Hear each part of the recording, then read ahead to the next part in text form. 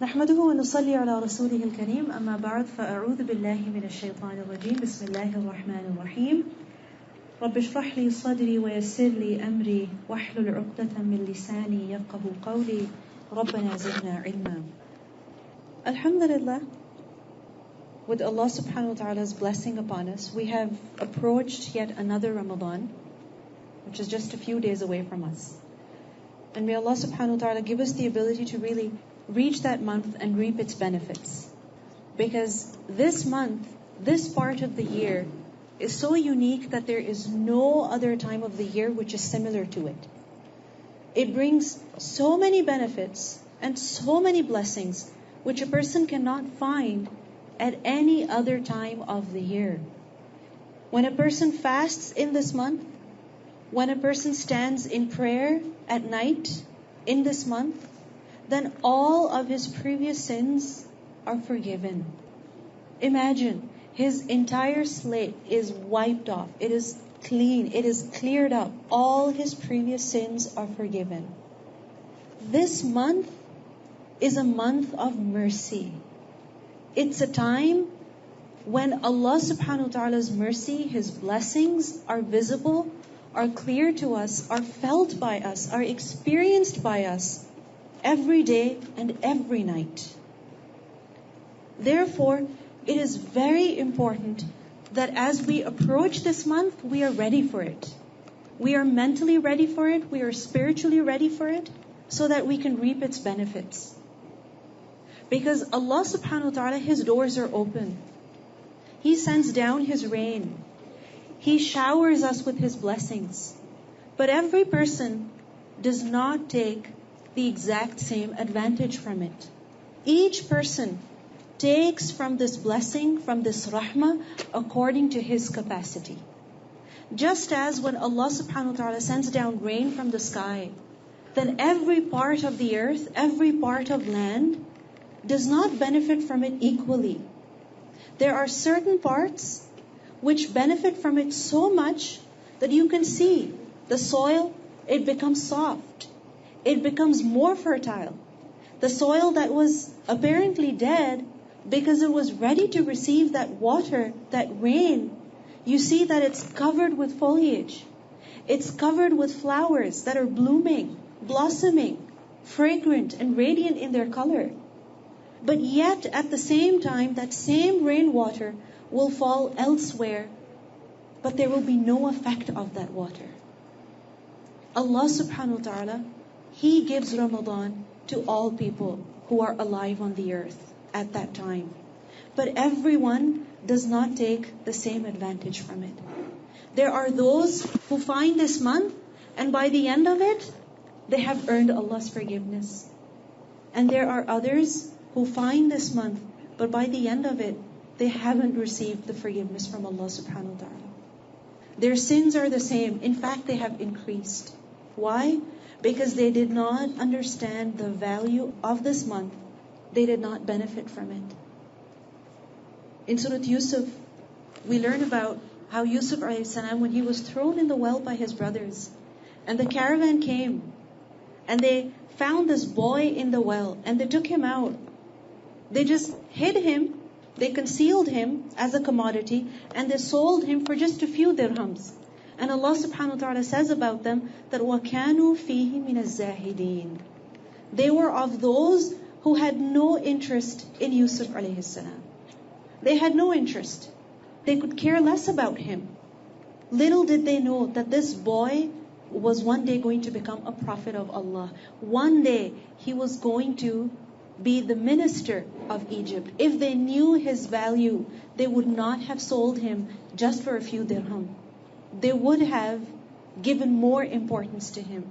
They would have given more value to him. So we see that in order to reap, in order to take maximum advantage of any opportunity that Allah subhanahu wa ta'ala sends our way, first and foremost, what is necessary for us is knowledge and awareness.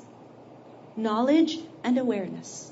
If Allah subhanahu wa ta'ala gives a person knowledge and awareness of an opportunity, then he can take a lot of advantage from it. But besides knowledge and awareness, another very important thing is preparation. pre-preparation and planning from before.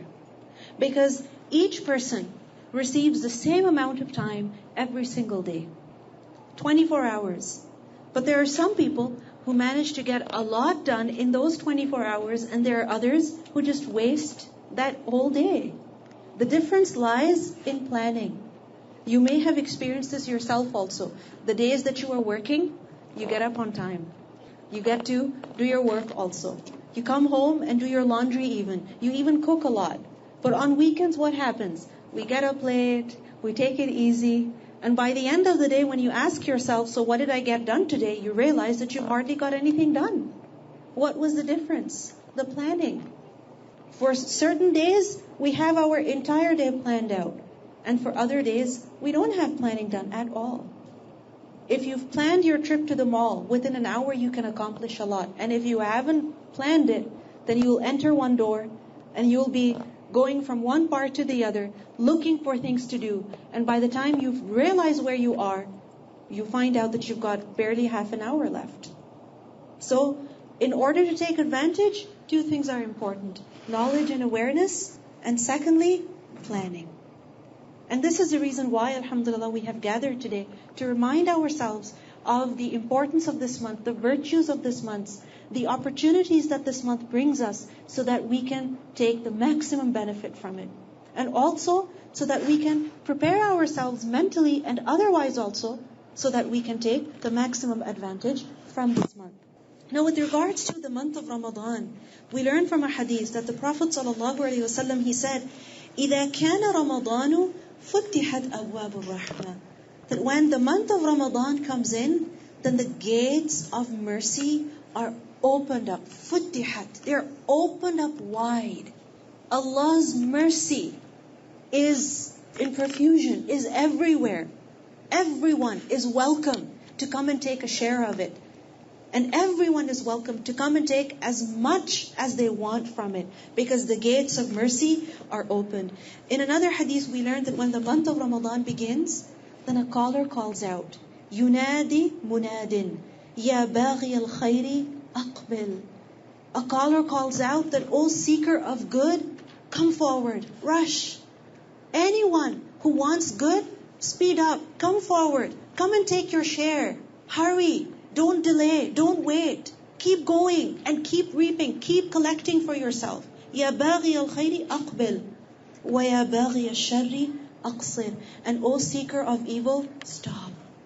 O seeker of evil, stop. Yes, you have been doing a lot of wrong things before, but now the month of mercy has come. The month of blessings has come. So stop. So we see that in the month of Ramadan, Allah subhanahu wa ta'ala's special help is there for those who want to do good. And Allah subhanahu wa ta'ala's help is there for those who want to keep away from sin. Because the doors of Jannah are opened and the doors of hellfire are closed. The doors of Jannah are open, meaning the ways that lead to paradise, they're public, they're everywhere. So many opportunities to do good in order to make it to paradise. And the doors of hellfire are closed, they're shut. Meaning, there's the opportunity to sin is reduced. And we experience this in the month of Ramadan. That because there's an atmosphere of worship, of reciting the Quran, of qiyam, of standing in prayer, then what happens is that it becomes easy for us to worship Allah subhanahu wa ta'ala. On regular days, it might be difficult for us to, do some dhikr in the morning, read our morning adhkar, or read our evening adhkar, to sit, with our hands out and make dua to Allah subhanahu wa ta'ala. It might be difficult for us, or we don't even remember. We know that we're supposed to, and we perhaps even intend to, but we're so frazzled with all the things that are going on that we don't get the opportunity. But alhamdulillah, in the month of Ramadan, everyone around us seems to be encouraged to do more good, and that is a motivation for us also. So doing good is facilitated for those who want to do good in the month of Ramadan. And committing sin is made difficult for those who want to abstain. And also the shayateen are locked up. Shayateen are locked up. So that again, the ways of goodness are made easy and the ways of sinning are made difficult.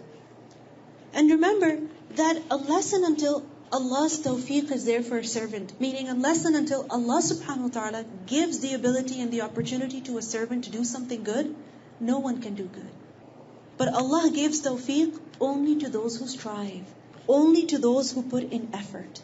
So really, at the end, it's up to us. How much is it that we strive to benefit from this part of the year? To earn forgiveness from Allah subhanahu wa ta'ala, to make our home in Jannah, and to earn Allah subhanahu wa ta'ala's blessings. So in order to take advantage of this time, one of the first things that we need to do is do some pre-planning. Before the month actually begins, do some planning.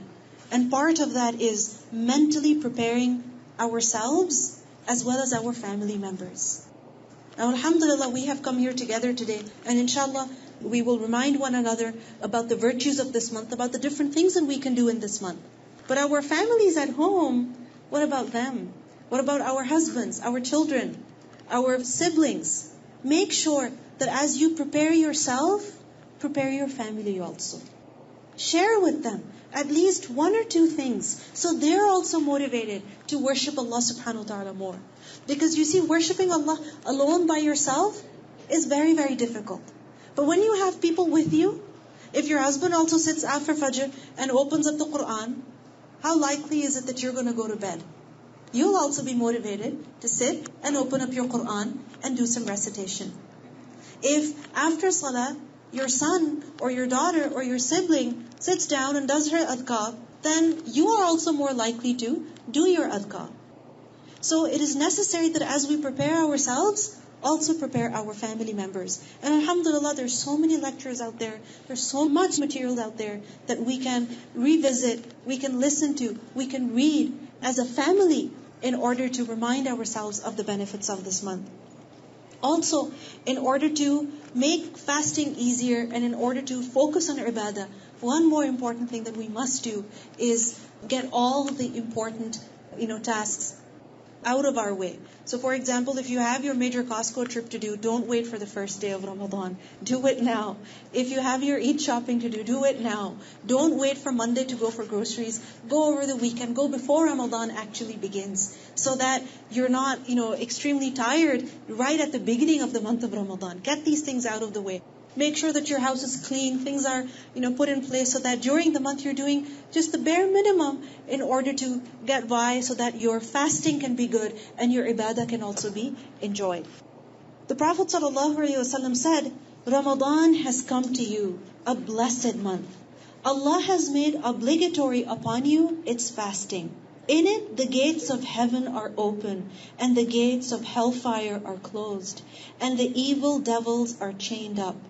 To Allah belongs a night in it, which is better than 1,000 months. Whosoever is prevented from its goodness, then he has been deprived. If a person does not take advantage from the special night of this month, then he is deprived. And a person cannot take advantage of the special night of this month unless he has taken advantage of every day of this month, every night of this month. What we learn from this hadith is that the month of Ramadan is primarily the month of fasting. And we all are aware of that. Ramadan means fasting for us. That is something that we are preparing ourselves for, especially for this year. We're mentally preparing ourselves that yes, the fasts are going to be long. Yes, the days are long. We're going to be tired. The nights are going to be short. Tarawih is going to be very late. But we keep telling ourselves, inshallah, you'll do it. Inshallah, you'll be able to do it. Don't think about it right now. When it comes, then we'll deal with it. It's okay, you survived last year. Hopefully, you'll survive this year also. Right? Inshallah.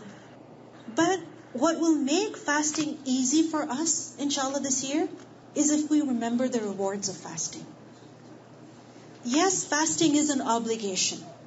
It is something that we don't really have a choice about. We don't have a choice about that. We have to fast. It's something that is fard upon every able believer, every able person. He has to do it. So, when you have to do it, you might as well do it with good feeling. You might as well do it with a good heart. The Prophet ﷺ said that whoever fasts in the month of Ramadan, how? With iman and with ihtisab. With faith in Allah. Faith in the fact that yes, fasting is an obligation, not as a habit. Because for many people, fasting in the month of Ramadan is a habit. That every year when the season of fasts comes, then yes, that's what we do. We fast. That's what we Muslims do. But why do we do it? We're doing it because we're believers. We believe in Allah. We believe that Allah subhanahu wa ta'ala has made it mandatory for us to fast in this month.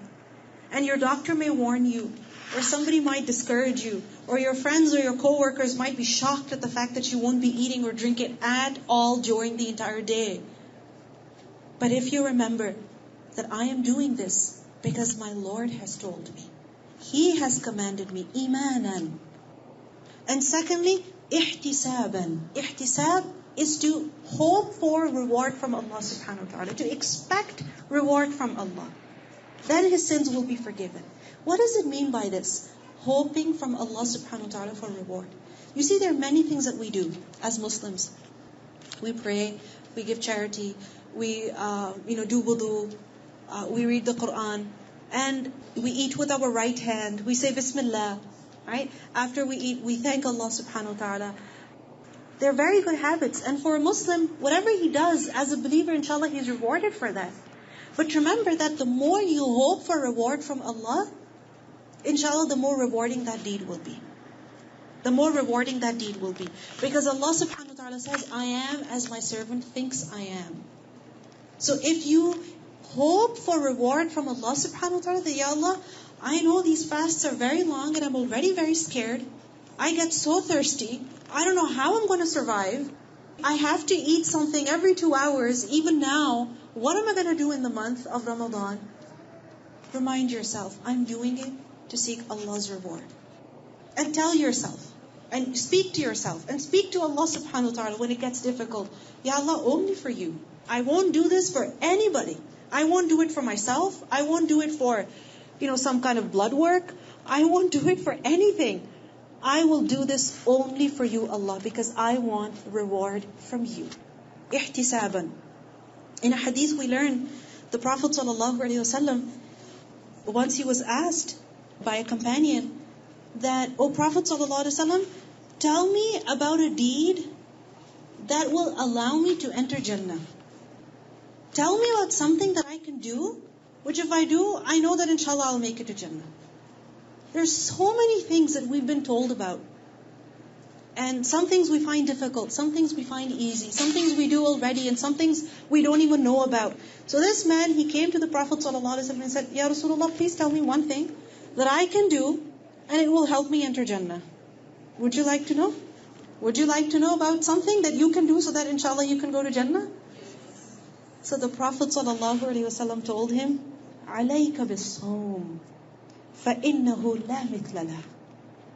On you is fasting, meaning you must fast. Fast as much as you can, because there is nothing like it. There is nothing like it. No good deed that is like fasting. Because you see, any other good deed that you do, what happens? It takes maybe 5 minutes, maybe 10 minutes, maybe half an hour. Okay, even if you go to volunteer somewhere, half a day, maybe 2 hours. But fasting is from when to when? The whole day, basically. Even if you go for Hajj, how many days is it that you have to spend in doing Hajj? Not many. Not many at all. But think about it. Ramadan fasting, 29 or 30 days in a row. It's quite long. So really, there's nothing like it. There's nothing like it. In another hadith we learn, the Prophet ﷺ, he said that indeed there is a gate of paradise called Ar-Rayyan. Ar-Rayyan. And it will be called on the Day of Judgment, where are the ones who fast? Where are those people who used to fast? So whoever is among the fasting ones will enter Jannah through Ar-Rayyan. And the one who enters Jannah, he will never be thirsty. So in this Ramadan, during fasting, as we experience thirst, especially when you're reciting your Quran, and your mouth is dry, really dry, or you're outside walking in the heat of the sun, and your mouth is dry, and you want to take just one sip of water, remind yourself of this. If I fast for the sake of Allah, inshallah, Allah will make me so satisfied that I will never ever experience any thirst. There is a scholar, in his book, Fiqh al-Qulub, he writes that ad-dunya darul hajat wal jannatu darul shahawat. He writes that this world, this dunya, is a place of fulfilling your needs. Just the basics. You just fulfill them because you gotta do them, otherwise you won't survive. But Jannah is the home of desires. You wanna have fun? You wanna fulfill your desires? Save it for later. Because in this dunya, really, if you wanna drink something, how much can you drink? If somebody gives you a big, huge cup of coffee even, which is your favorite, let's say, after half a cup, how much can you enjoy? Those first few sips, yes, you really enjoy them, but after some time, you just get so used to it. If you get a nice, cool drink when you're thirsty, like for example, you get a slushie or something, the first few sips, really good, but then after a couple of sips, what happens? You start getting brain freezes, right? The flavor is overwhelming in your mouth. You don't enjoy it anymore. You start having a water bottle, you have a few sips, and then you leave it. Which is why after every event, what happens? You find dozens of water bottles that are half empty, half full. Why? Because you enjoy it a little bit here, but then after some time, the enjoyment dies out. So when we're fasting, we're abstaining from eating and drinking in our desires for the sake of Allah, so that in the hereafter, He will fulfill our desires. He will admit us in a place where pleasure never ends, where enjoyment never ever ends, where you will never get tired. You can never get tired having fun even in Jannah.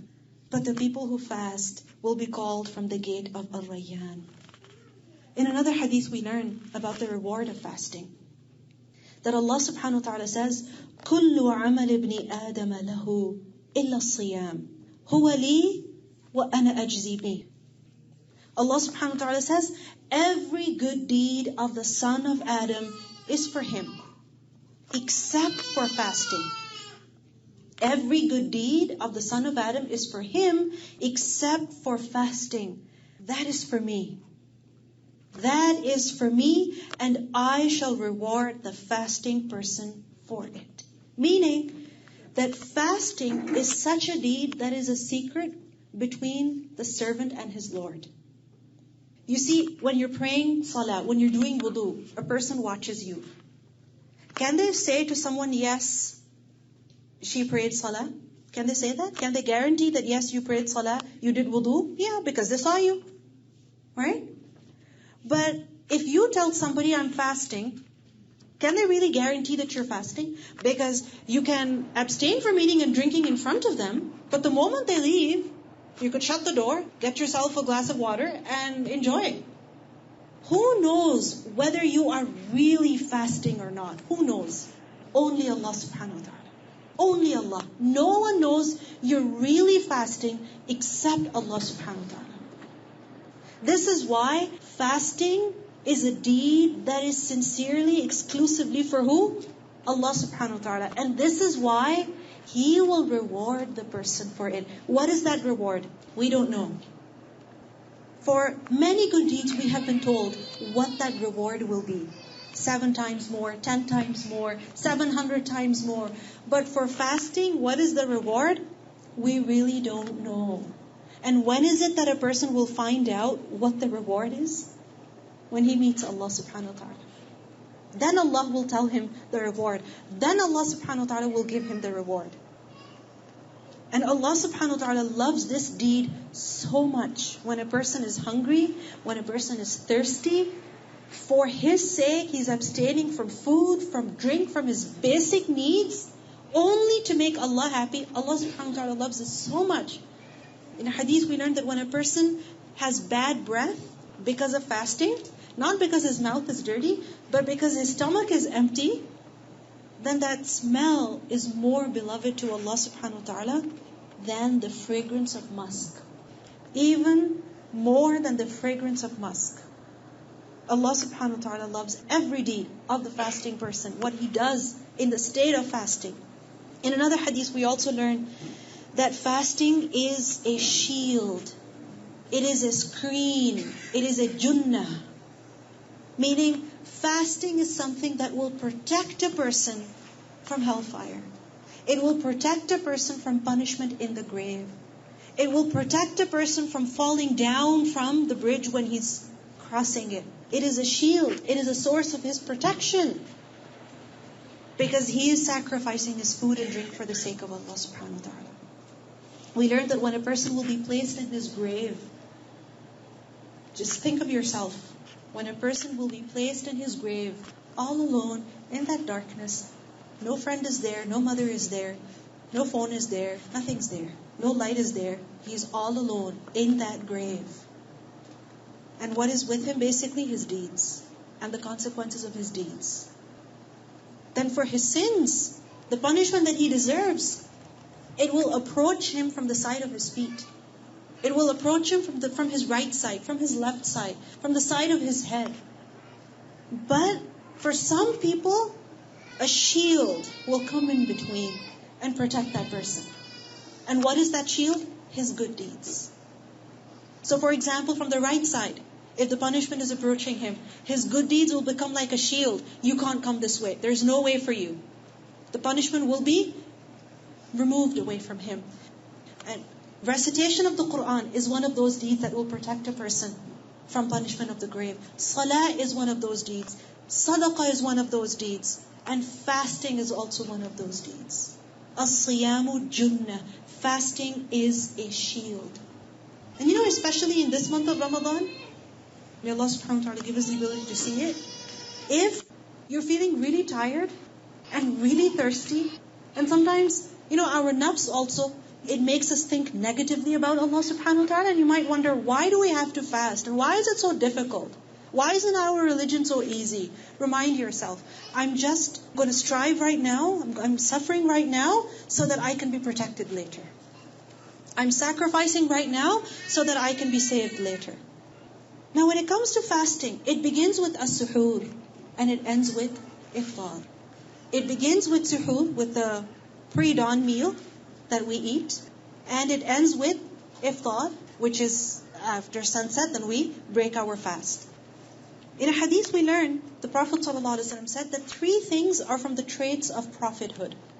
Meaning there were 3 things that every prophet did. They're from the akhlaq of nubuwwah. And what are those? To hasten in iftar. Meaning, as soon as the time enters to break the fast immediately. To delay the suhoor. This doesn't mean that you delay it like with an hour or something. No. Meaning, you eat suhoor as late as possible. As late as possible. And to place the right hand on top of the left hand in salah. So these 3 things the prophets did. This is from the ways of the prophets of Allah. So we see that eating suhoor and breaking your fast as early as possible, meaning immediately, this is actually something that we must pay attention to. Because unfortunately for some people what happens is that they want to get their sleep. So they will eat in the night and then they will just sleep. And they won't care about getting up for suhoor. And they will just sleep through Fajr even. And they'll get up at like 10, 11 or maybe even 12 o'clock because they are on their vacation. Right? And then they will get up and watch some TV and maybe, do something. Just basically they're killing time. Ramadan, when we're fasting, we're not supposed to be killing time. We're supposed to be taking advantage of every single moment. Because suhoor even, when a person gets up in order to eat suhoor, even in that is reward. Can you imagine we would be rewarded for eating at an odd hour of the night? Who would pay you for that? Which workplace would pay you for that? Reward you, pay you for eating. You get your lunch break, but that's also because it's your legal right? But other than that, think about it. Allah subhanahu wa ta'ala is rewarding people for having their suhoor. In a hadith we learn, the Prophet ﷺ said, have the suhoor meal. Eat it.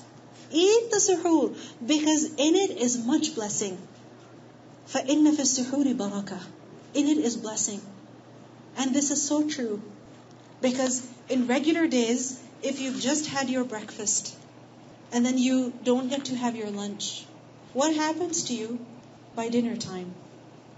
You have a headache, You're extremely irritable. You feel like you're going to collapse. But what happens in the month of Ramadan? For 30 days in a row, you're surviving for the whole day based on what? Just one meal. One morning meal. Every morning. And that also very, very early morning. There's barakah in it. The Prophet ﷺ called it the blessed food. In a hadith we learn, the Prophet ﷺ said, this suhoor is a blessing that Allah has given to you, so do not leave it. It's a gift that Allah is giving you. Don't leave it. It's a gift, so take it happily. Likewise, he said, you should make morning meal compulsory upon yourselves. Meaning, make sure you have your suhoor. So much so that the Prophet ﷺ emphasized that even if it's just a sip of water that you can have it. Because sometimes it happens that we don't, wake up on time and we realize there's literally just a minute left, or the adhan is going on our alarm clock or something like that, and there's, a minute or something left, then what should you do? Don't just go back to sleep. Get up, and even if you can have a sip of water, have that. Because the Prophet ﷺ said, there's barakah in eating suhoor, so do not leave it. Even if one is to drink a sip of water. Even if it's just a sip of water. And the people who eat suhoor, we learn in a hadith that Allah and His angels send mercy upon those people. When you're eating suhoor for the sake of Allah, Allah is sending His mercy on you, and His angels are praying to Allah, Ya Allah, please bless the servant of yours, because she is eating suhoor. He is eating suhoor. In another hadith we learn, the Prophet ﷺ said, how excellent are dates as the believer's suhoor. Meaning having dates, tamr, is actually something that is proven from the sunnah. Meaning if a person has it for suhoor, then that is best. So make sure to incorporate dates in your diet during the month of Ramadan, in suhoor as well as at the time of iftar. And when it comes to breaking the fast also, this is a very beautiful time, because in a hadith we learn the fasting person has two occasions for joy. One when he breaks his fast because of his breaking it, and the other when he will meet his Lord because of the reward for his fast. Because when you're breaking your fast, there's, that happiness, that relief, and that hope that inshallah, the reward is complete. Because the fast is complete, so inshallah, one more fast has been added to my record. Inshallah. So when a person breaks a fast, then there's joy for him, because he finally gets to eat and drink. But remember that what will be more joyful than those samosas and pakoras is the reward that Allah has in store for you. Because, when we're waiting for those moments to break the fast, finally hear that bell or that adhan, we're just staring at that food and we cannot wait to just eat it. And as we eat it, we thank Allah subhanahu wa ta'ala for every sip of water. Right? Because the mouth, it's parched, it's so dry, the throat, you're exhausted. And every sip of water, every bite of food, you're so grateful for it. You enjoy it like you haven't eaten before. You value that water as if you haven't had water before. You're happy about those dates as if you've never had those dates. Even if they're not that sweet, even if they're not that great, but still you will enjoy them. Now as you enjoy that iftar, remind yourself that what Allah subhanahu wa ta'ala has in store is far better, is much more enjoyable than this food that I'm eating right now. So hope for that reward. In another hadith we learn the Prophet ﷺ about how he would break his fast. Would you like to know so that you can get more reward? Because remember that when a person follows the sunnah, then he gets more reward. The same action you could be doing without the sunnah, and you're doing it, you're getting it done. But if you do it while following the sunnah of the Prophet ﷺ, then you know what's going to happen? You're going to receive Allah subhanahu wa ta'ala's love. Because in the Quran we learn that Allah subhanahu wa ta'ala says, إِن كُنتُمْ تُحِبُّونَ اللَّهَ فَاتَّبِعُونِي يُحْبِبْكُمْ اللَّهِ. If you love Allah, then follow Rasulullah sallallahu alayhi wasallam. And if you will follow him, Allah will love you. Because the Prophet sallallahu alayhi wasallam, he was ala khuluqin azim. His manner, his character was the best. Allah subhanahu wa ta'ala taught him what to do, how to do, when to do. So this is the reason why it's very essential that we pay attention to the sunnah of Rasulullah sallallahu alayhi wasallam Even when it comes to little things, such as breaking the fast. So how is it that the Prophet ﷺ would break his fast? Would he break it with a crunchy samosa or with a fruit salad or something like that? We learn that the Prophet ﷺ would break his fast with fresh dates. With fresh dates. And if those fresh dates were not available, then he would eat dried dates. And if even that was not available, then he would just take a few sips of water. So first choice is fresh dates. What are fresh dates? Do you know what fresh dates are like? The ones which are crunchy, the yellow ones. Okay? The yellow ones, the ones that are crunchy, they're juicy. Alright? Now, I don't know if you can find them here. If you do, please do share with your friends so that inshallah they can also follow the sunnah of Rasulullah sallallahu alaihi wasallam. And you will notice that if you have that date, many people, they don't really enjoy it, but it's an acquired taste. Alright? But once you start having it, you really begin to enjoy it. Because it's got water in it, it's got sugar in it, it's got flavor in it. Right? And if that was not available, then dried dates. Dried dates are which ones? Are you familiar? The dates that we normally have. The brown ones. Not the super hard dry ones which you get at nikah ceremonies. The normal dates. Okay? So those are the dried dates. So it's best to break your fast with dates, and if that's not possible, then at least water. And as we break our fast, also remember to help other people break their fast. You know, at the time of iftar, get that bowl of dates in your hand. Okay, keep it with yourself. So as soon as the time comes in to break your fast, you can be the one to pass those dates around so that inshallah you can get the reward. You can get added reward. Because in a hadith we learn, he who gives food for a fasting person to break his fast will receive the same reward as him. He will receive the same reward as him. So you're fasting, your husband's fasting, and if you serve him the dates, then inshallah you will get reward for 2 fasts on that one day. Inshallah. Alright? So, فَاسْتَبِقُوا الْخَيْرَاتِ. Hasten, rush in doing good deeds. And also remember to recite the dua of breaking the fast. We learn about the dua, ذَهَبَ الظَّمَأُ وَبْتَلَّتِ الْعُرُوقُ وَثَبَتَ الْأَجْرُ إِنْ شَاءَ اللَّهِ. And if somebody gives us something to break our fast with, then remember to make dua for them also. Now remember that the month of Ramadan is not just about fasting. It is not just about having the suhoor and having the iftar. Because for many people, and sadly it is us women, our Ramadan revolves around suhoor and iftar. Before we go to sleep, for the few hours of the night, we want to make sure that suhoor is ready. Right?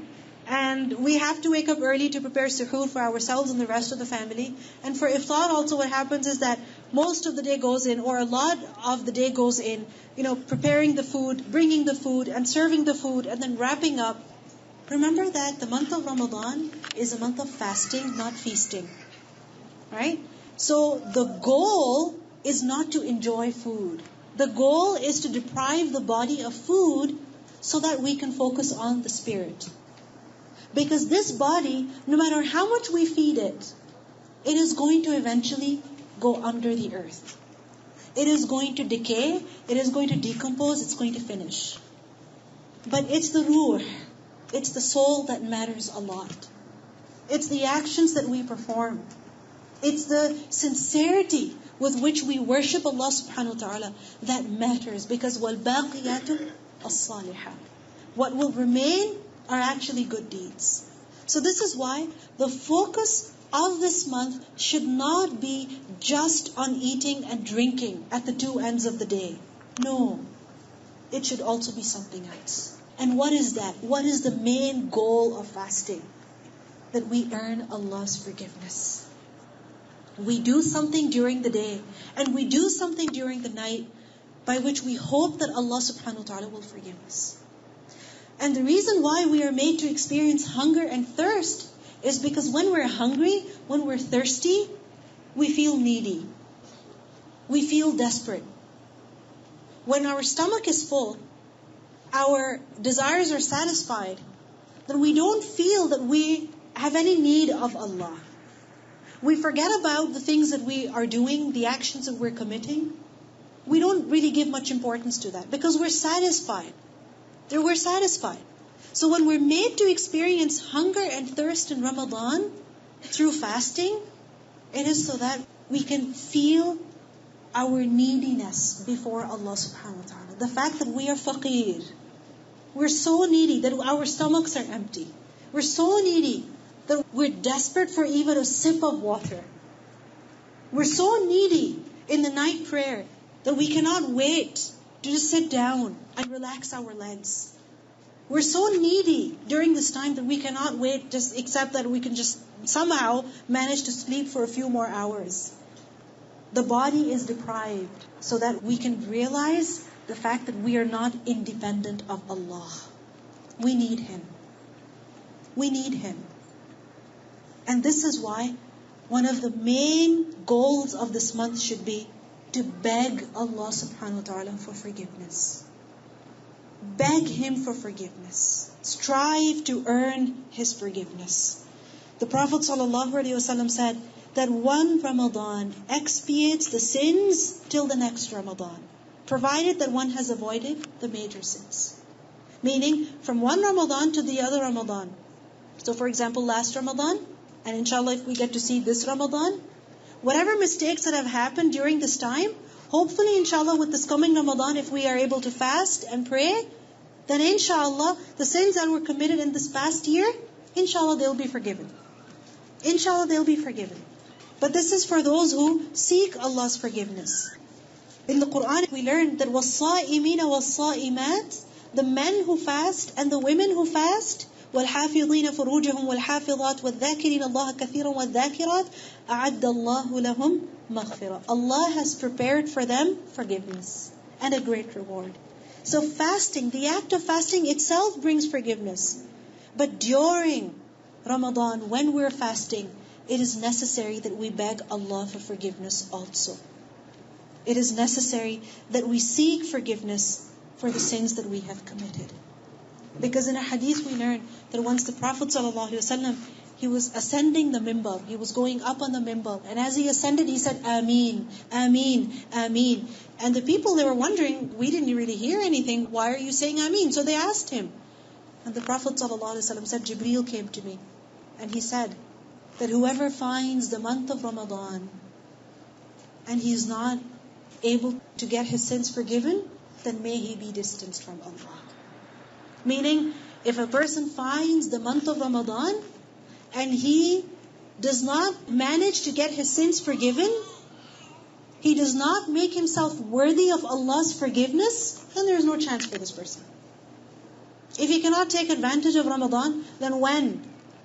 When will he change? When will he ask Allah for forgiveness? If in this time of the year when the gates of paradise are opened up, shayateen are locked up, there is an entire atmosphere of worship. If a person does not manage to get himself forgiven, then when will he get himself forgiven? So it is very essential that we strive to seek Allah's forgiveness through various ways in this month. One of those ways is fasting. Another is making dua. Ask Allah to forgive you. Say during the day, Astaghfirullah Rabbi min kulli dhanbin wa atubu ilayh. Ya Allah, I cannot even count the number of sins that I've committed. I don't even remember what I've done. I don't even realize my sins. I don't even realize my mistakes. You know. You know them better than me. Ya Allah, forgive me for my sins, which are preventing me from so much khair. Ya Allah, clean me, cleanse me. Because our sins, they create hurdles for us. They don't let us progress. They don't let us go forward. They chain us. They bind us. So it's very important that we seek Allah's forgiveness at this time. Also we learn that at the time of suhoor, when you're up anyway, when it's so easy to wake up these days, in the month of Ramadan, especially because you know that if you don't get up, you won't be able to eat, and if you don't eat, may Allah protect you. Alright? Because the fasts are long, so you better put something in your stomach. So you're up anyway to have that suhoor. And as women, sometimes we have to spend extra time. While our husbands and our children are getting an extra half an hour of sleep, here we are standing in the kitchen, in front of the stove, feeling pity for ourselves. But at that time, as you're preparing the food, do istighfar. In the Quran, we learn about the people of Jannah. وَبِالْأَسْحَارِ هُمْ يَسْتَغْفِرُونَ. At the time of suhoor, they used to seek forgiveness from Allah. while others were sleeping, they would beg Allah to forgive them. Ask Allah to forgive you. And as you see that fire on the stove, remind yourself of the fire of hell. And ask Allah subhanahu wa ta'ala for forgiveness. And in a hadith that you all are very familiar with, in which we learn that when half of the night, or 2/3 of the night is over, at the time of suhoor basically, the last part of the night, Allah, the Blessed and Exalted, descends to the lowest heaven. He comes very close to His servants. Very close to His servants. And He says, is there anyone who needs something, who wants to ask for something so that I can give him? Is there anyone who wants something so that I can give him? Is there anyone who asks my forgiveness so that I may forgive him? Is there anyone who wants forgiveness from me so that I can forgive him? And Allah subhanahu wa ta'ala keeps asking, is there anyone who has some dua? Is there anyone who needs something? Is there anyone who wants forgiveness? Ask and I will give you. And He keeps saying that until it is the time of Fajr. Until it is daybreak. So as you are preparing that food, as you are eating that food, don't just eat silently. And even if you're quiet in your mouth, in your head, in your heart, ask Allah subhanahu wa ta'ala for forgiveness. Make use of that time. Seek forgiveness from Allah subhanahu wa ta'ala. So many hadiths we learn about various adhkar, which if we read, for example, La ilaha illallah wahdahu la sharika lah, lahul mulku wa lahul hamd, wa huwa ala kulli shay'in qadir, 100 times. Likewise, subhanallahi wa bihamdihi, subhanallahil azim, 100 times. So many adhkar, which if a person reads 100 times a day, then what happens? His sins are forgiven, even if his sins are as much as the foam which is on sea. Like the water waves when they come, there's so many bubbles that they leave behind, the scum, the foam. Imagine if your sins are that many, and there are. If we truly ask ourselves, we do have many sins. But if a person remembers Allah through the day, while he's fasting, then inshallah there is forgiveness for him.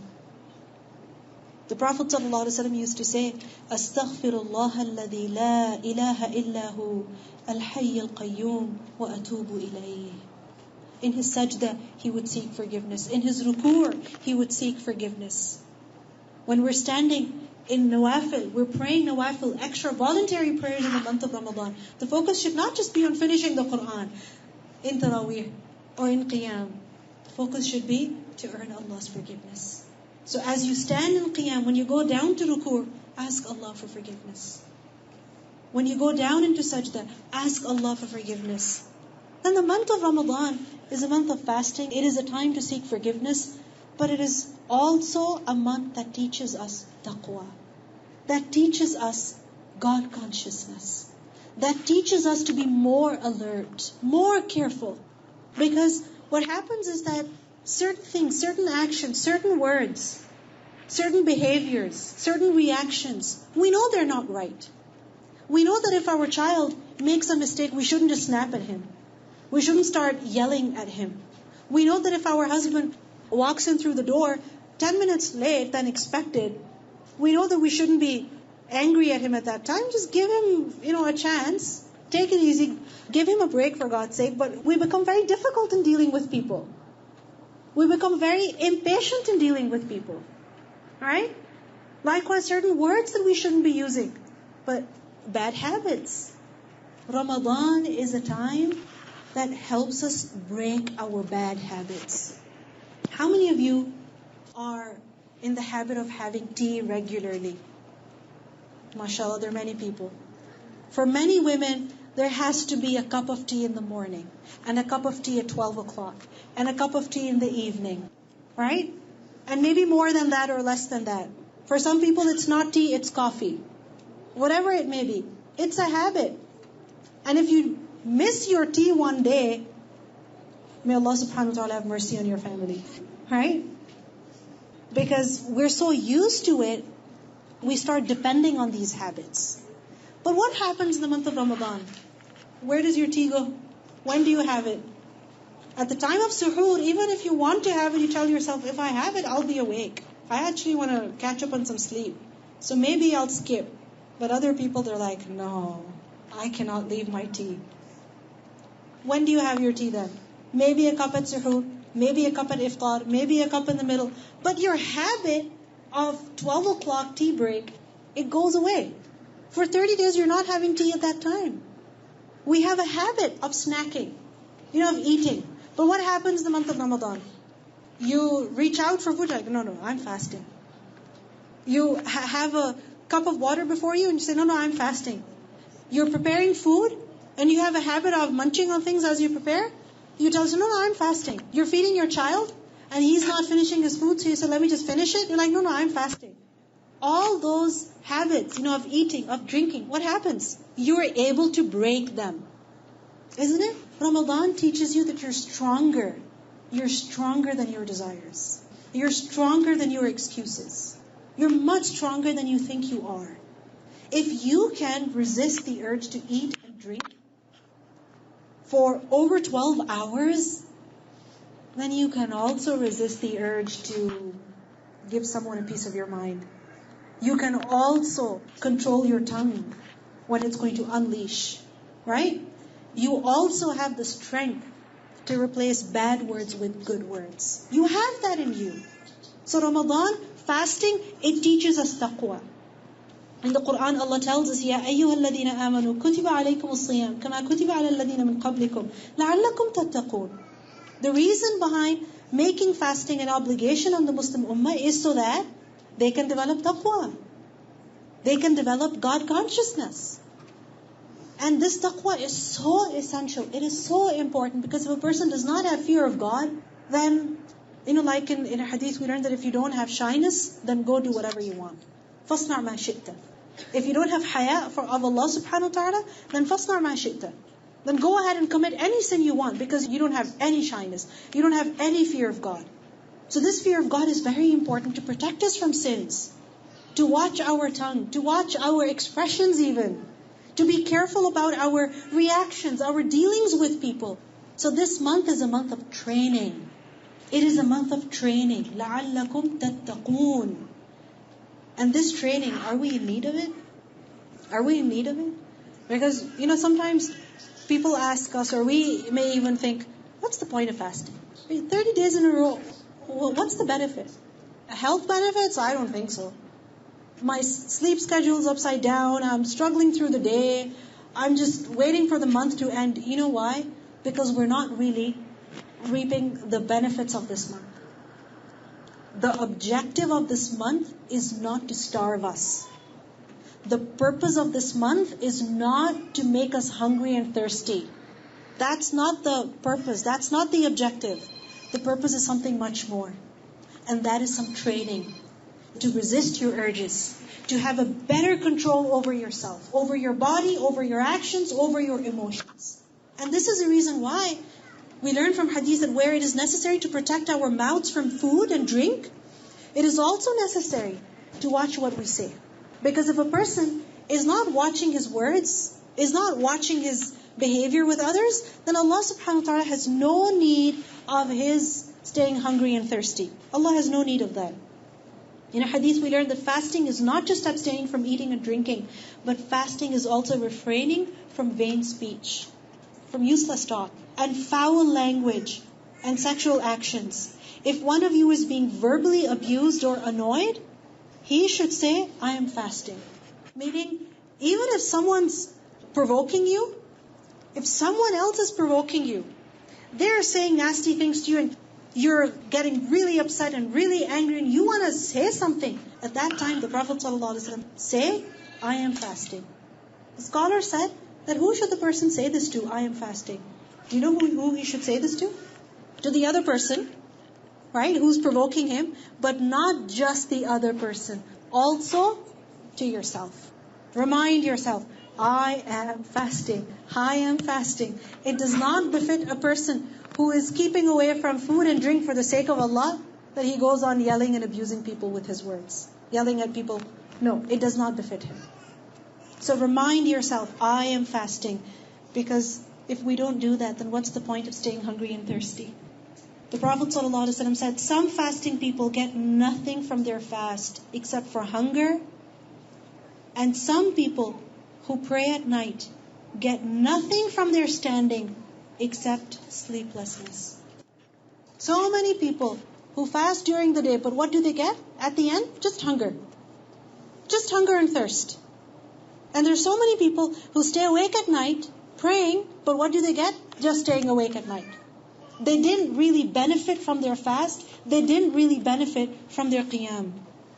Another hadith tells us that whoever does not give up lying and forged speech, meaning lying, and evil actions, then Allah is not in need of his leaving his food and drink. Allah does not need you to stay hungry and thirsty. You better watch your fast in other ways also. So Ramadan fasting, it teaches us taqwa. It teaches us to be more conscious. So as you are more conscious of your eating, your drinking, your sleep, then be more conscious about being patient. Show more patience. Try that your fast is not only about staying hungry and thirsty, but also observe the fast of the eyes. Pay attention to what you're looking at. Pay attention to what you're thinking about. Pay attention to what you're listening to. Pay attention to what you're saying. Pay attention to what you're doing with your hands. Because sometimes the same hands that we, caress our children with, we hug them and we, show them our love, the same hands we use to abuse them also. Even if it's just a light slap at the back or something like that. Be careful. Be extra careful. Where the feet are taking you. What the hands are writing. Because sometimes we don't abuse with words. We abuse out with what we type. So it's necessary to pay attention to that also. Ask Allah subhanahu wa ta'ala to give you taqwa. One of the du'as that we must strive to make throughout this month is the du'a of taqwa. Ya Allah, give me taqwa. Grant me taqwa. Grant me more consciousness of you. Allahumma ati nafsi taqwaha. Oh Allah, give my nafs its taqwa, its piety, its consciousness that it desperately needs. Ramadan, the month of fasting, also teaches us patience. It also teaches us sabr. What is sabr? Sabr is basically to control yourself. Habsun nafs. It is to control yourself.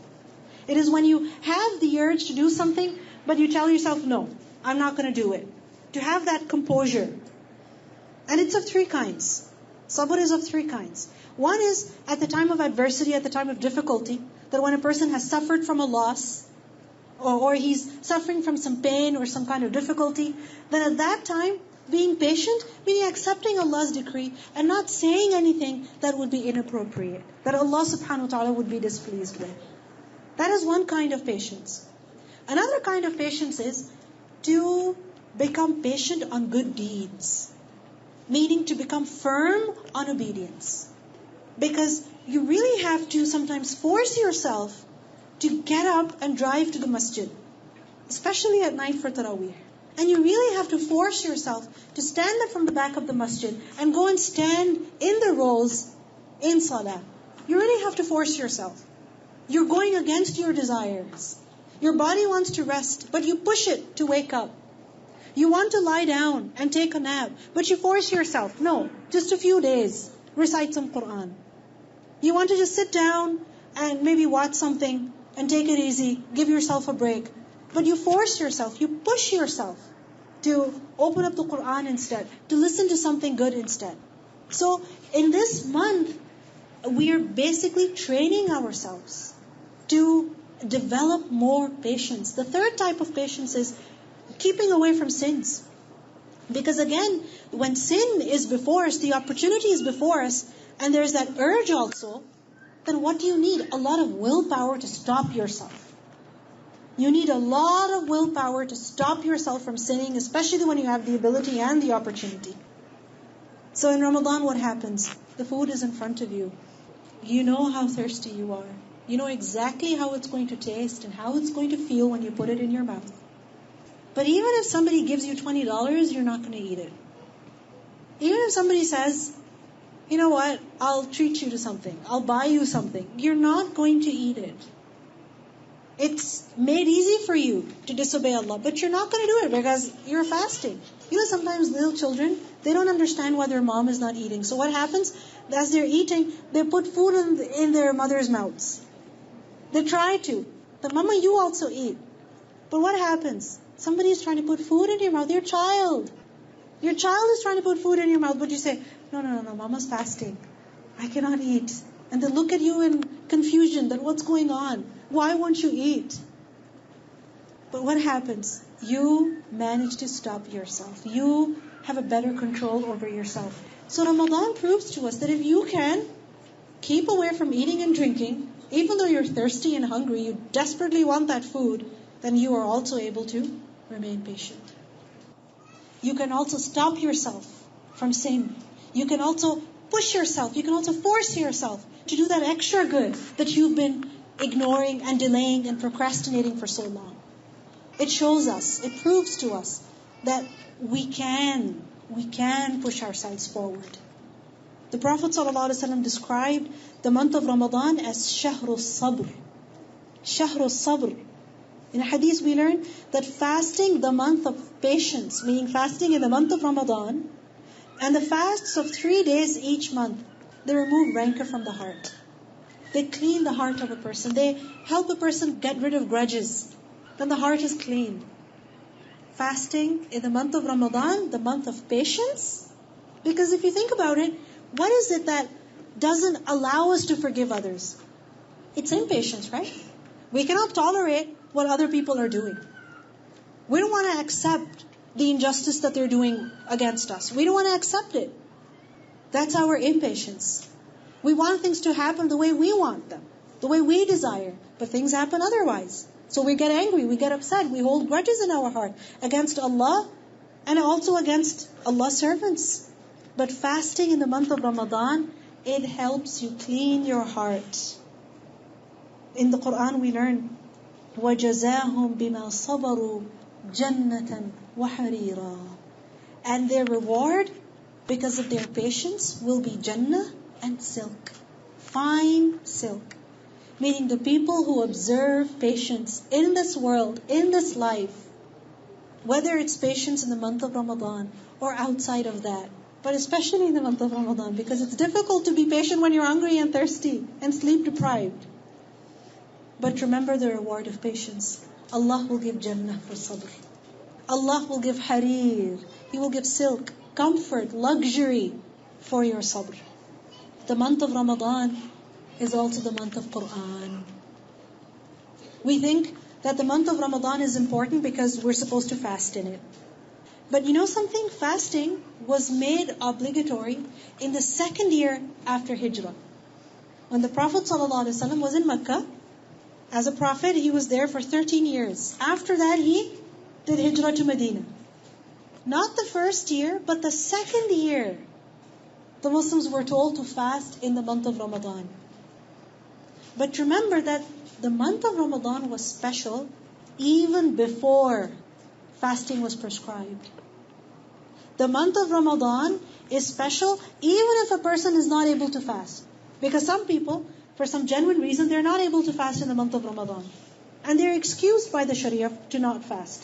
Whether it is extreme old age or it is some health concerns, whatever it may be, but a person is not able to fast. So he thinks, Ramadan, I don't really feel Ramadan because I don't fast in the month of Ramadan. So it doesn't really matter to me much. No.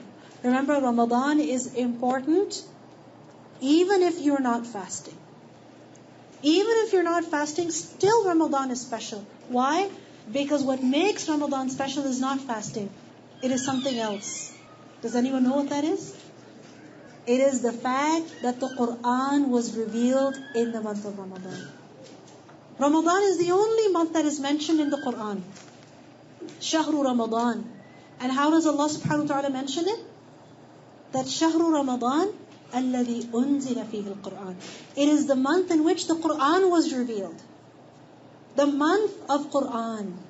And this is the reason why we see that the Prophet ﷺ would review the entire Quran in the month of Ramadan with his Quran partner. And who was that? The angel Jibreel. And how would he review it? He would listen to Jibreel recite the Quran to him. And then the Prophet ﷺ would recite the Quran back to Jibreel. He would listen to the Quran and he would also recite it. Because both of these actions, listening as well as recitation, both of them are distinct acts of worship. They're two different acts of worship. If you're listening to the Quran, you're actually worshipping Allah. If you're reciting the Quran, again you're worshipping Allah subhanahu wa ta'ala. Because there's a lot of excellence of listening to the Quran also. In Surah Al-Anfal, for example, we learn وَإِذَا تُلِيَتْ عَلَيْهِمْ آيَاتُنَا زَادَتْهُمْ إِيمَانًا. That the believers, when the verses of Allah, when the Quran is recited to them, it increases them in iman. It increases them in faith. And this is how the Quran is reviewed, by listening as well as by reading. So set a goal for yourself, that at least once review the Quran, recite the whole Quran, at least once. And it might seem like a big, daunting task, but if you divide it over the day, that with every salah, after every salah, before every salah, whatever is easy for you, read, for example, 4 pages, 5 pages, whatever is easy for you. And hopefully, inshallah, by the end of the day, you'll manage to read the entire juz. And if you dedicate a juz a day, then inshallah, hopefully, you will complete the entire Quran. But then what happens? When women, they get their time of the month. They were on schedule, every day a juz, every day a juz. And their time of the month comes, and then they fall 7 juz behind. They fall 5 juz behind. They fall 8 juz behind, whatever it may be. And then they're like, you know what? I give up. I don't know when I'm going to be able to complete the entire Quran in the month of Ramadan. Then remember that, first of all, if you cannot read it, certainly you can listen to it. Certainly you can listen to it. And if you're listening to it, that in itself is an act of worship. So, if you're not able to recite the Quran, listen. Some people, they find it difficult to recite the Quran. They don't have much reading fluency. Or they get more tired because they're trying to get their ha and their ayn and everything right, so their mouth is tired. And when they realize that they've spent half an hour reading only 2 pages, then they're like, oh, it's going to take me so long. So again, don't get disheartened. Spend some time reading the Quran, but also listen to it. And remind yourself, listening to the Quran is also an act of worship. And you know what the best thing is? If during the day you recite the Quran yourself, and during the night, you listen to it in Taraweeh. That's ideal. Ideal. But for many women, again, it's not possible for them to go for Taraweeh. Especially this Ramadan, when the nights are so short, and Taraweeh is going to be so late, many women must be wondering from now, there goes my Ramadan. I don't know how I'm going to do it. If you cannot go to the masjid yourself, again, you can listen to the Quran through the day. Read it, and also listen to the Quran through the day. And have your children listen to it also. And you know what? The Prophet ﷺ had a Quran partner. Jibreel would listen, and he would recite to him. Find someone whom you can recite the Quran to, and whose Quran you can listen to. Maybe it's your sibling. Maybe it's your husband. Maybe it's your son. Maybe it's your daughter. Maybe it's your friend. Maybe it's your neighbor. What a good thing to sit together for. Listen to one another. Ideal. It's best. You get both benefits. And you see, when a person fasts in the month of Ramadan, then what happens? لَعَلَّكُمْ تَتَّقُونَ. You develop taqwa. And in this month, you don't just fast, you also revive your connection with the Quran. You strengthen it. The book that you read, that you studied, that you recited, maybe it's been a while that you recited it. Now revisit this book again. Recite it again. Listen to it again. Listen to it in the car. Listen to it at home. Listen to it while you're preparing food. Listen to it. Spend more and more time listening to it, reciting it. When you will do that, you will strengthen your connection with the Quran. And you know who benefits from the Quran? The people who have taqwa. Because ذَلِكَ الْكِتَابِ لَا رَيْبَ فِيهِ هُدًى لِلْمُتَّقِينَ. It is a guide for who? For those people who have taqwa. So this month is a month of training in which we develop taqwa, God consciousness. Why? So that we can benefit more from the Quran. This is why fast during the day and recite the Quran in the night also. In a hadith we learn that the fast and the Quran are 2 intercessors for the servant of Allah on the day of resurrection. The fast will come and say, "O Lord, I prevented him from food and desires during the day. Let me intercede for him." And the Quran will say, "I prevented him from sleeping at night. Let me intercede for him." and their intercession will be accepted. Has it ever happened with you that you're stuck somewhere and someone comes and advocates for you? Or says something in your favor and that kind of saves you? And then later on you're thanking him, thank you so much for saying that one statement, even it saved me. I don't know how I can thank you. I'm so grateful to you. When you desperately need support from someone and somebody supports you through just a word or two, imagine on the Day of Judgment how desperate we will be for forgiveness. And what will come? Quran. What will come? The fasting. Likewise, we learn that when we pay attention to, revive our connection with the Quran, we are going to spend time reciting it, listening to it, but also do review its meanings. Because for many of us, there is a barrier between us and the Quran. And what is that? A language barrier. It's in a different language than ours. Or we have studied the Quranic meanings, but it's been a while. Maybe we studied them, let's say, a year ago, or 2 years ago, 5 years ago. And there are portions of the Quran whose meanings we have kind of forgotten. So it's a good time to review the meanings also. So read the translation. Listen to some, lecture. Or attend a gathering in which people are reviewing the meaning of the Quran. Just the translation.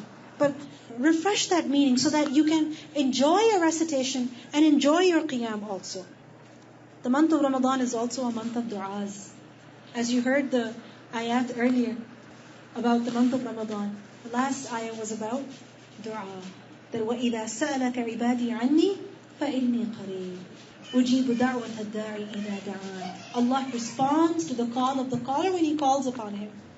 So make dua also in this month. In a hadith we learn that dua made by 3 people are not rejected. Duas made by 3 people are not rejected. Who are those 3 people? The father. So make sure you tell your husbands to make du'as for your children. Secondly, the fasting person. And thirdly, the traveler. This is a hadith that is reported by Al-Bayhaqi. So who are these 3? The father, the fasting person, and the traveler. So when you're fasting this month, take advantage of that. Allah is paying special attention to your du'as. Why not ask for whatever you need? Whatever you need.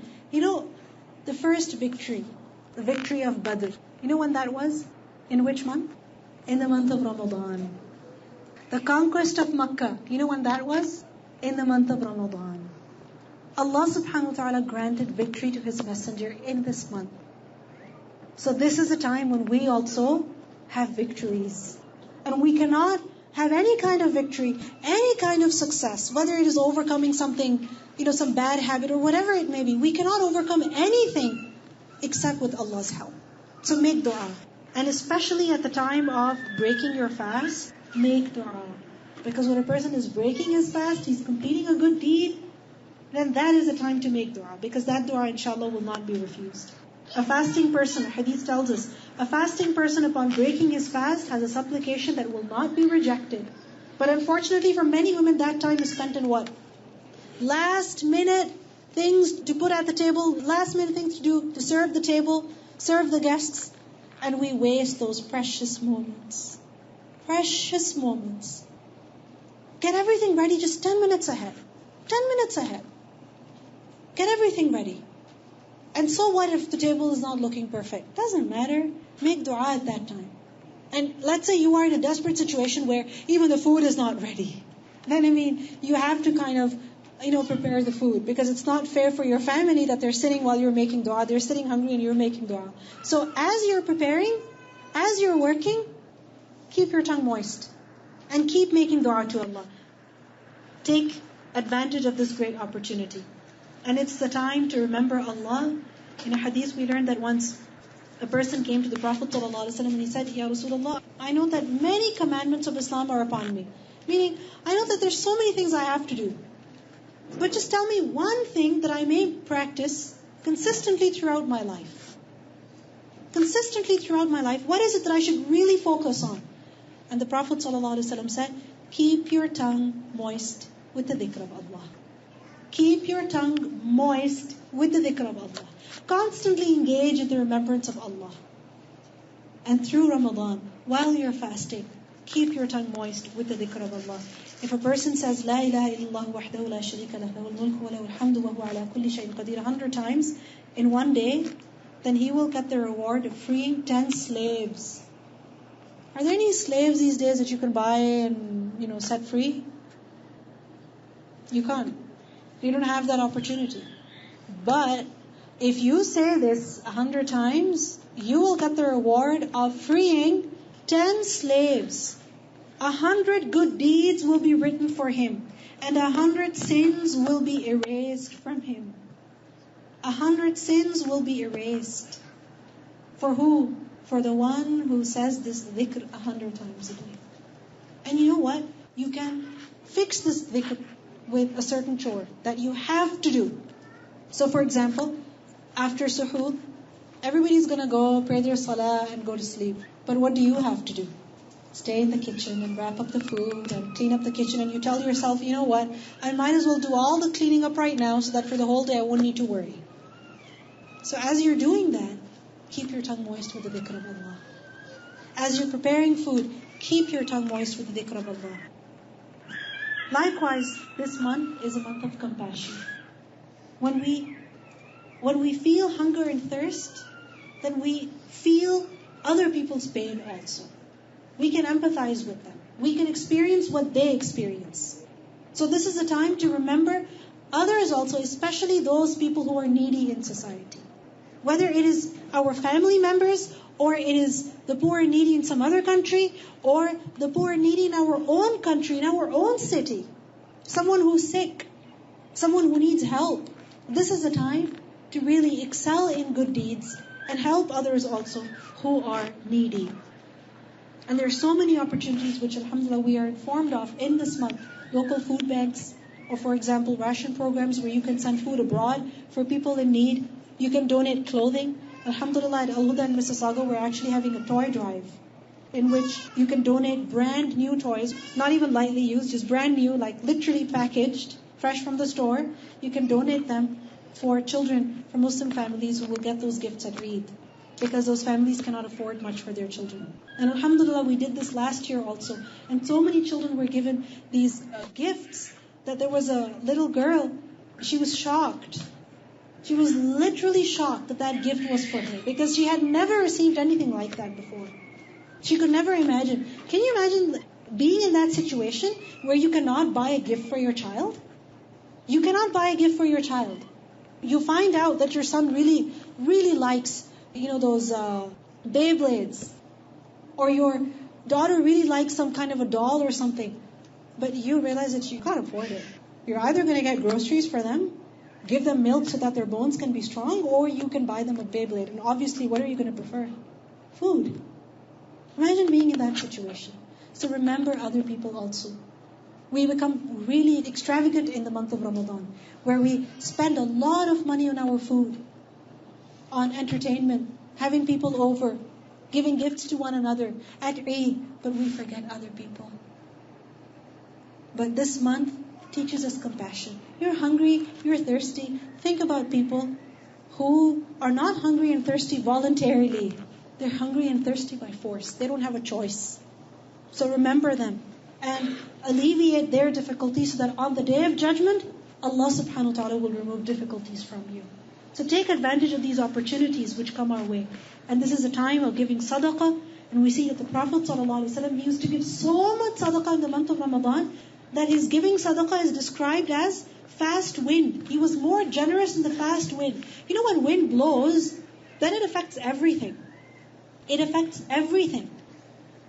From the rooftops to the trees to little plants. Recently in the past week, we saw those really windy days. At least in Mississauga, we saw them.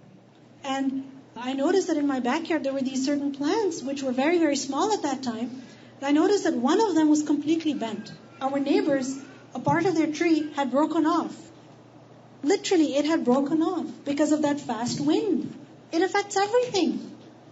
The Prophet ﷺ, he was more generous than the fast wind. Meaning, he would give sadaqah everywhere. Everywhere. Any opportunity that he would find. Every opportunity that he would find, he would give in charity. In a hadith we learn that the rich ones, the people who are rich, the people who have many blessings, they will be poor on the day of judgment. except for those who spend here and there and like this and like that. Meaning the Prophet ﷺ really exaggerated that they give a lot of sadaqah. They spend a lot in the way of Allah. So this is a time of protecting ourselves from hellfire, of securing for ourselves shade on the Day of Judgment, because a person will be under the shade of his sadaqah on the Day of Judgment. So this is the time to do that. Give sadaqah this month. Think about it from now. How much sadaqah you're going to give, and give more than that. Recently I was at a gathering where somebody was telling other people about the different ways in which they can give sadaqah this month, basically different opportunities that are coming up. And this lady was sitting next to me, and immediately she pulled out some money, and she said, "Can you please give it to the sister so that she can spend it in whatever cause she finds best?" I was amazed. That speech was not even over. That announcement was not even over. And this woman had already spent. She was already giving sadaqah. But sometimes what happens is that we hold back. We think, if I give money, if I give my savings, then what will I have left? How am I going to eventually buy that house that I really want? And how am I eventually going to buy that car that I really want? No. Who is our provider? Not our bank account. Not our paycheck. Our provider is Allah subhanahu wa ta'ala. Allah subhanahu wa ta'ala says in a hadith Qudsi, we learned, "O son of Adam, spend, and you will be spent on." You give and Allah will give you. You give and Allah will give you. So give in this month so that you can receive more from Allah subhanahu wa ta'ala. And if there is any zakat that is due, then first and foremost give the zakat. And if alhamdulillah that is taken care of, then after that pay attention to more sadaqah also. After that, also remember that this is a time of qiyam. The month of Ramadan is a time when we should really pay a lot of attention to standing in prayer, because whoever spends the Ramadan fasting during the day and standing in qiyam at night, then of course we learn from hadith that his past sins will be forgiven. In the Quran we learn about the people of Jannah that they used to sleep little in the night. كَانُوا قَلِيلًا مِنَ اللَّيْلِ مَا يَهْجَعُونَ. And this Ramadan, as you will experience that, literally you will say to yourself, how much sleep did I manage to get this night? 2 hours? 1 hour? 3 hours? What happened? Where did my sleep go? Don't feel pity for yourself. Give yourself a pat. Alhamdulillah. Finally, I can be of those people who sleep little at night. I'll make it up during the day. Hopefully, I will be amongst the people who slept little in the night so that they could relax in Jannah. The Prophet ﷺ said the best prayer after the prescribed prayer is the prayer at night. The best prayer after the fard prayer is the night prayer. Qiyamul Layl. So if you're able, go for Taraweeh. Because when you're praying together, it becomes easier. But if that is not a possibility, due to your schedule or due to your family situation, then don't deprive yourself completely. Pray nafil at home. The Prophet ﷺ, his habit was to pray 8 rak'ah nafil at night and finishing that off with 3 witr. Every night this was his habit, in Ramadan and also outside of Ramadan. So make sure that you pray at least 8 rak'ah. Even if you cannot recite, a whole juz. Recite as much as you can. But do some kind of qiyamul layl. And if Allah subhanahu wa ta'ala gives you the ability to go for umrah, then go with that hope of reward. That umrah in the month of Ramadan is like doing hajj with the Prophet sallallahu alaihi wasallam. Because any good deed that is performed in this month, its reward is multiplied. And take advantage of the last 10 days of Ramadan.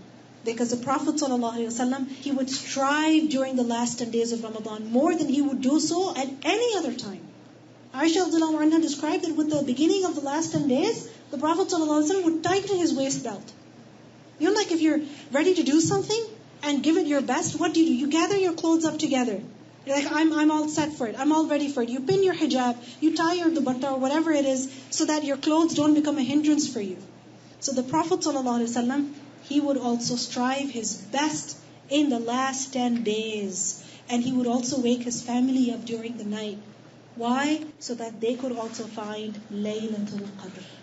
Because Laylatul Qadri khayrum min alfi shahr. It is better than 1,000 months. If a person manages to worship Allah subhanahu wa ta'ala in that night, imagine, it is as though he's been worshipping Allah for 1,000 months. Which of us has that ability? Which of us is going to actually live for that long? We don't even know. So this is once a year opportunity, which a person must not deprive himself from, because if he does so, then he is depriving himself of a lot of good. He is depriving himself of a lot of good. And it is necessary that we engage in ibadah in this night, because unfortunately for some people it's going to the masjid and having their coffee and tea and socializing. No, these are not nights of socializing. These are nights of worshipping Allah subhanahu wa ta'ala and earning His forgiveness. Aisha radiallahu anha, she asked that, Ya Rasulullah, if I find Laylatul Qadr, what should I do? What should I say? And she was told to make dua. What is that dua? Allahumma innaka afuun tuhibbul afwa fa'fu anni. That, oh Allah, you are ever pardoning, you love to pardon, so please forgive me. All of these du'as, all of these virtues that I shared with you today, all of these ahadith, you can actually find them in a book, Shahru Ramadan, which is available in Urdu as well as English. And alhamdulillah, the sisters have them over here. So if you'd like to remind yourself of anything, increase in your awareness of any of these aspects, or share with your family and friends any of these virtues, please do take advantage of this book, inshallah. And there is also a checklist that's available. A checklist that inshallah will remind you of having dates for suhoor, having dates for iftar, of reciting certain adhkar through the day. So inshallah, this checklist will be a source of motivation for you and your family to make sure that you are performing certain deeds and make the most of this Ramadan. Because you see, Ramadan is a very unique opportunity. Everyone doesn't get it. There are many people who died yesterday. And there are many people who died today, because every single day people die. Some people die old, some people die young, some people die in a state where they're expecting death to approach them, and some people die unexpectedly. The other day, this lady came up to me and she told me that her mother died one day before Ramadan. Last year, or one of the previous years, her mother died one day before Ramadan. So we don't know whether this Ramadan we are going to actually see it or not. So make the intention from now. Because when a person makes the intention to do something good, then a good deed is already recorded for him. So make the intention from now. And if Allah subhanahu wa ta'ala gives us that month to see, then make the most of it. Make the most of it. Because what if we don't get to see next Ramadan? What if we don't live to see next Ramadan? Because in Ramadan is Laylatul Qadr. And Laylatul Qadr, one of the meanings is that it is the night of decree. When the decrees of Allah's servants are handed over to the angels, that go and do this for my servant. So we don't know what was decreed for us last Ramadan. If the angel of death was given the list of people whose souls he was supposed to collect, we don't know if our name was in that list. And we don't know, perhaps our name will be on that list this Ramadan. So when Allah subhanahu wa ta'ala gives us an opportunity, let's make the most of it. May Allah subhanahu wa ta'ala really give us the ability to make the most of this Ramadan, every day of it, every night of it, every moment of it. May these fasts really develop in us a stronger sense of taqwa. And may we develop more patience. And may these fasts and this recitation of Quran and the standing in prayer at night be a source of our forgiveness. Ameen.